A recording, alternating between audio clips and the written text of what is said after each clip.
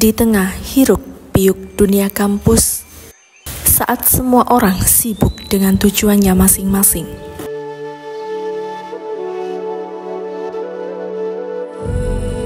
hari-harinya terasa datar, kosong, seolah ada ruang yang belum terisi dalam dirinya. Hingga pada suatu sore, seorang teman menghampirinya dengan senyum ringan dan berkata, "Ayo ikut KKN saja." Kalimat sederhana itu mungkin terdengar biasa, tapi siapa sangka dari sanalah awal dari sebuah perjalanan bermakna dimulai. Langkah kakinya membawanya ke sebuah desa yang penuh ketenangan, Desa Ringin Pitu di Kecamatan Kedungwaru, Kabupaten Tulung Agung. Sebuah tempat yang mungkin tak banyak dikenal orang, tapi menyimpan sejuta cerita dan pembelajaran yang tak bisa ditemukan di bangku kuliah. Desa ini menyambut kami dengan hamparan hijau yang luas. Ladang-ladang terbentang ditanami berbagai tumbuhan.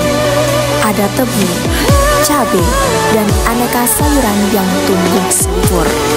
Kami menyaksikan sendiri bagaimana setiap tanaman itu tumbuh bukan hanya dari tanah, tapi juga dari ketelatenan, kesabaran, dan keikhlasan orang-orang yang merawatnya.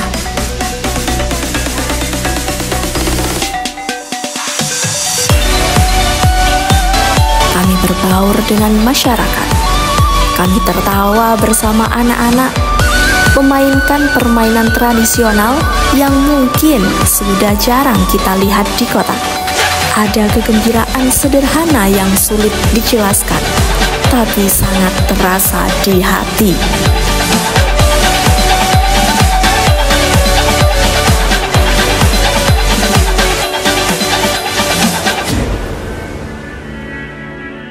Ringin Pitu itu sejarahnya ya, cerita lamanya merupakan bagian dari Kerajaan Majapahit. Dan Ringin Pitu itu tidak berdiri sendiri. Maksudnya Ringin Pitu itu dulu wilayahnya luas sampai beberapa di daerah di sekitarnya. Dan kebudayaan itu sifatnya waktu itu ya hampir menasional dalam frame Kerajaan Majapahit. Jadi budaya-budayanya mulai budaya misalnya adat istiadat, kemudian budaya bercocok tanam, kemudian bertani, kemudian budaya berkesenian dan peralatan pusaka, itu sejak dulu sudah ada. Dan sampai sekarang masih banyak kegiatan-kegiatan budaya itu yang masih tetap dilestarikan sampai sekarang. Ada dua legenda atau cerita rakyat yang sampai sekarang itu masih diyakini kebenarannya dan bahkan lebih berkembang atau hidup subur dua legenda atau cerita rakyat itu. Yang pertama tentang tokoh namanya Kiai Becak atau Mbah Becak. Itu cerita itu berawal dari perintah dari Raja Majapahit era yang buruk agar Mbah Becak itu bernama asli Kiai Wicak itu babat atau membuka daerah di kawasan Tulung Agung menjadi sebuah karang pradesan, dulunya hutan. Kemudian Mbah Becak ini berhasil buka lahan pertanian dan bahkan menjadi tempat tinggal, dan akhirnya banyak masyarakat yang berdatangan ke Ringin Pitu. Kemudian Ringin Pitu menjadi sebuah kawasan yang akhirnya maju dan menjadi tempat tinggal masyarakat. Kemudian sampai ada peristiwa ada seorang tokoh yang namanya Kiai Hasan Besari itu meminjam tombaknya Kiai Becak atau Mbah Becak, karena tombak ini waktu itu diceritakan atau dikisahkan memiliki semacam aura atau yoni kesaktian, bisa membuat desa ini menjadi lebih baik dan masyarakatnya tentram. Kemudian pusaka itu dipinjam dan Mbah Becak atau Kiai Becak tidak mengizinkan, Kiai Becak lantas dibunuh. Nah, sampai sekarang makam Mbah Becak atau Kiai Becak itu tetap ada di Ringin Pitu dan tetap menjadi tempat yang sering dikunjungi, disiarai oleh masyarakat baik dari Ringin Pitu atau dari luar daerah. Tetapi sekali lagi ini adalah dongeng, ini adalah cerita rakyat. Jadi kebenarannya ya kebenaran cerita rakyat, bukan sejarah. Ya, kemudian satu lagi namanya Mbah Sunan, juga tokoh. Tokoh ini dikisahkan atau diceritakan sebagai prajurit Pangeran Diponegoro pada perang memperebutkan kemerdekaan waktu itu tahun 1820 sampai 1830 ya. Jadi Pangeran Diponegoro akhirnya bisa ditangkap dan sebagian prajuritnya ini melarikan diri ke daerah Tulungagung dan sekitarnya. Mbah Sunan ini konon ketika dikejar Belanda kemudian ditangkap, dan ketika akan dieksekusi Mbah Sunan ini menghilang dan ternyata tubuhnya dan jasadnya tidak ditemukan. Kemudian yang ditemukan di sana hanya sebatang pohon pisang. Pohon itu lalu ditanam, dimakamkan. Pohon pisang itu dimakamkan. Sampai sekarang makam itu masih ada dan diyakini bahwa tubuh Mbah Sunan atau Kiai Sunan ini sekarang masih tetap ada, dan makanya makamnya sampai sekarang masih tetap sering disiarai oleh masyarakat. Setidaknya dua itu. Selanjutnya nih mungkin kalau di Ringin Pitu ada kayak seni tradisionalnya, mungkin kayak musik ataupun tari atau mungkin seni ukir dan lain sebagainya. Ada. Jadi saya singgung tadi di depan bahwa Ringin Pitu waktu itu wilayahnya tidak seperti sekarang yang hanya satu desa, tapi waktu itu Ringin Pitu wilayahnya sangat luas dan berbatasan dengan beberapa wilayah lain yang wilayahnya sangat luas, dan budayanya adalah budaya besar saat itu. Antara lain misalnya ada jaranan, kemudian ada alat musiknya seperti trompet, kemudian gamelan, dan gerakan-gerakan tari dari jaranan itu sendiri, dan itu masih tetap ada dan subur sampai dengan sekarang. Kalau di Ringin Pitu juga mungkin kayak ada upacara adat atau mungkin ritual yang sering atau rutin dilakukan, Pak? Ada. Jadi begini ceritanya. Karena masyarakat Ringin Pitu itu kepingin atau ingin memiliki hari jadi desa Ringin Pitu, lantas akhirnya kami sebagai warga dan kebetulan dibentuk sebuah lembaga yang namanya Lembaga Adat Desa. Itu lantas mencoba mengkais barangkali ada peninggalan-peninggalan sejarah atau apa, dan kami datangkan seorang sejarawan nasional, arkeolog, beliau bernama Pak Dwi Cahyono, beliau seorang dosen ya dan sejarawan. Kemudian sejarawan ini bersama masyarakat mencoba menggali sejarah yang ada di Ringin Pitu. Seperti apa desa Ringin Pitu? Ternyata desa Ringin Pitu itu sudah ada prasastinya, namanya Prasasti Waringin Pitu, yang sampai sekarang disimpan di Museum Nasional di Jakarta. Prasasti itu ditemukan tahun 1930 sekian gitu, ditemukan di daerah Surondakan. Surondakan itu sekarang masuk Kabupaten Trenggalek. Dulu daerah ini termasuk wilayah Tulungagung. Prasastinya berupa lempengan. Ada 13 lempeng. Sebenarnya 14 lempeng.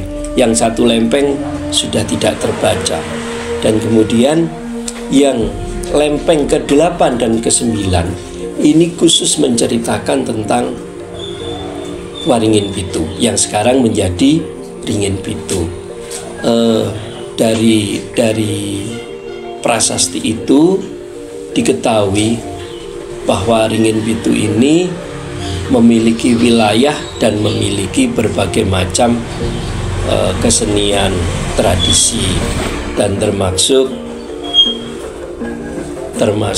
kegiatan-kegiatan upacara. Nah, dari prasasti ditemukan bahwa desa Waringin Pitu atau wilayah Waringin Pitu ini bertanggal 22 November tahun 1947 Masehi, dan itu yang menjadi hari jadi atau ulang tahun untuk desa Ringin Pitu. Nah, sejak ditemukan itu, kemudian setiap tanggal 22 November dilakukan upacara adat. Upacaranya terdiri dari kenduri, kemudian kegiatannya pawai budaya, dan ada beberapa kegiatan kesenian lainnya. Dan ini sudah berlangsung selama 3 tahun terakhir ini. Untuk dalam upacara tahunan itu yang terlibat itu siapa saja, Pak? Semua unsur masyarakat, mulai dari kepala desa, perangkat, BPD, lembaga-lembaga desa, sampai dengan seluruh masyarakat dilibatkan. Nah, yang bisa dan mau terlibat selalu dilibatkan. Terus ini kan sudah berjalan 3 tahun terakhir, gitu. Ya. Dan itu setiap tahunnya ada mengalami perubahan atau enggak? Diupayakan setiap tahun ada peningkatan kualitas, baik secara gelaran kesenian atau kebudayaan maupun esensi-esensi atau nilai-nilai yang barangkali bisa diperkuat, dipertajam, atau bahkan dicari barangkali pada tahun-tahun sebelumnya belum ditemukan atau belum ada. Diupayakan setiap tahun untuk secara kualitas lebih baik, lebih berkembang. Terus ini kita kan di awal sudah di-spill ada beberapa kesenian yang ada di sini. Nah ini bagaimana kayak melibatkan generasi-generasi muda supaya tetap melestarikan kesenian tersebut? Ya, saya spill tadi bahwa di Ringin Pitu sudah ada lembaga adat, kebetulan saya ketuanya, kemudian ada beberapa pengurus dan anggotanya. Lembaga adat ini mengajak serta masyarakat yang ada di Ringin Pitu, terutama untuk anak-anak muda, melalui Karang Taruna, melalui sekolah-sekolah yang ada di Ringin Pitu, agar mereka diajak untuk berkegiatan berkesenian. Misalnya seni tari yang pernah kita adakan di Balai Desa dan ternyata itu mendapat sambutan hangat dari masyarakat. Kemudian ada kegiatan lomba tari tradisi yang dilaksanakan setiap tahun, dan itu khusus untuk kalangan remaja dan anak-anak di Ringin Pitu. Ini yang kita harapkan nantinya karena kegiatan ini khususnya melibatkan remaja dan anak-anak, nanti masih akan berlangsung dalam kurun waktu yang lebih lama. Terus kalau dalam pelibatan pemuda itu ada atau enggak kayak upaya dari lembaga pemerintah desa? Ya. Niku ada atau enggak supaya kebudayaan ini tetap dilestarikan? Ya, ada. Yaitu melalui lembaga adat dan Karang Taruna tadi, itu yang selalu membuat kegiatan-kegiatan misalnya tari dan sebagainya. Oh ya, di sini juga ada seni ukir ya. seni ukir yang dilakukan oleh dua pengrajin. Setidaknya mereka membuat ukir untuk perangkat gamelan, kemudian untuk perabot-perabot rumah tangga, dan itu bagus karena kelihatannya selain para senior yang melakukan itu, saya lihat juga putra-putranya atau warga di sekitarnya yang masih muda juga sudah mulai terlibat membuat ukiran semacam itu. Nah, terus ini seiring berkembangnya zaman pasti kan adalah tantangan-tantangan itu. Nah, tantangan utama dalam melestarikan kebudayaan itu apa? Sebenarnya tantangan ini tidak begitu berarti ya, asalkan pemerintah hadir, baik pemerintah secara nasional, provinsi, kabupaten maupun desa. Selama pemerintah hadir dan memfasilitasi, maka masyarakat atau generasi muda akan giat melakukan itu. Bahkan saya lihat teman-teman di Ringin Pitu ini yang masih muda-muda, walaupun support atau fasilitas dari pemerintah ini sangat kecil, masih sangat kecil, tetapi mereka begitu antusias. Misalnya dalam bulan Suro kemarin ada kegiatan jamasan pusaka yang memang sudah difasilitasi oleh pemerintah desa, tetapi masyarakat terutama anak muda ini melakukan kegiatan dengan sangat getol ya. Bahkan mereka berkorban waktu, tenaga, juga mungkin juga finansial ya, sedikit ada pengorbanan finansial, dan ini yang seharusnya ditangkap oleh pemerintah sebagai upaya atau kegiatan yang positif. Mungkin untuk pertanyaan terakhir nih, kan Desa Ringin Pitu itu mau dinobatkan atau menjadi desa budaya. Dan itu upaya dari perangkat desa ataupun lembaga adat desa itu apa supaya terwujud? Jadi begini, kami akan bekerja sama dengan perguruan tinggi. Selain dari desa, kami juga bekerja sama dengan perguruan tinggi, baik yang ada di Tulungagung maupun mungkin nanti yang di luar Tulungagung. Untuk tahap awal yang dilakukan adalah inventarisasi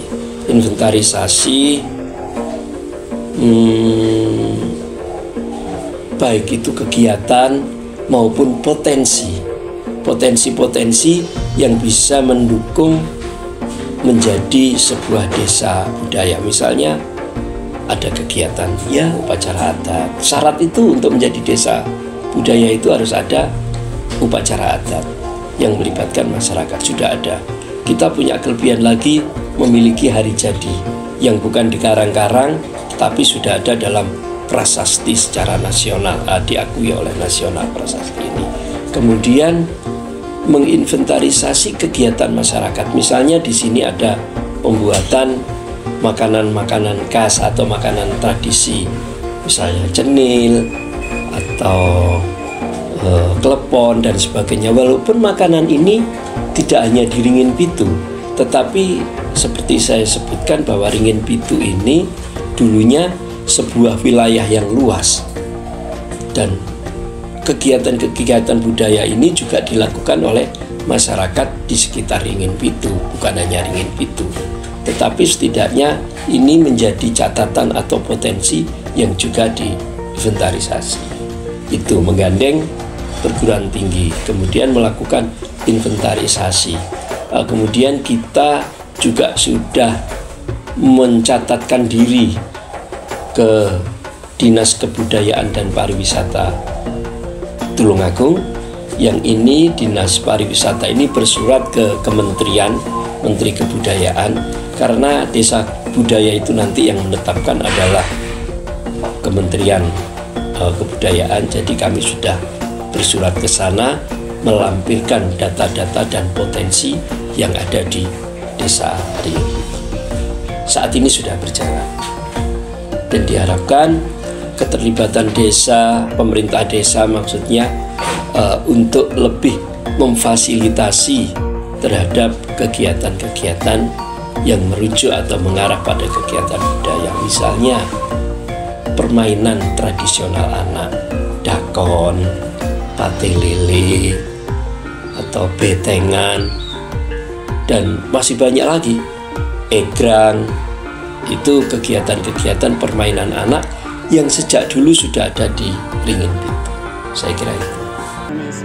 Putri Cening Ayu Ngijang Cening Juma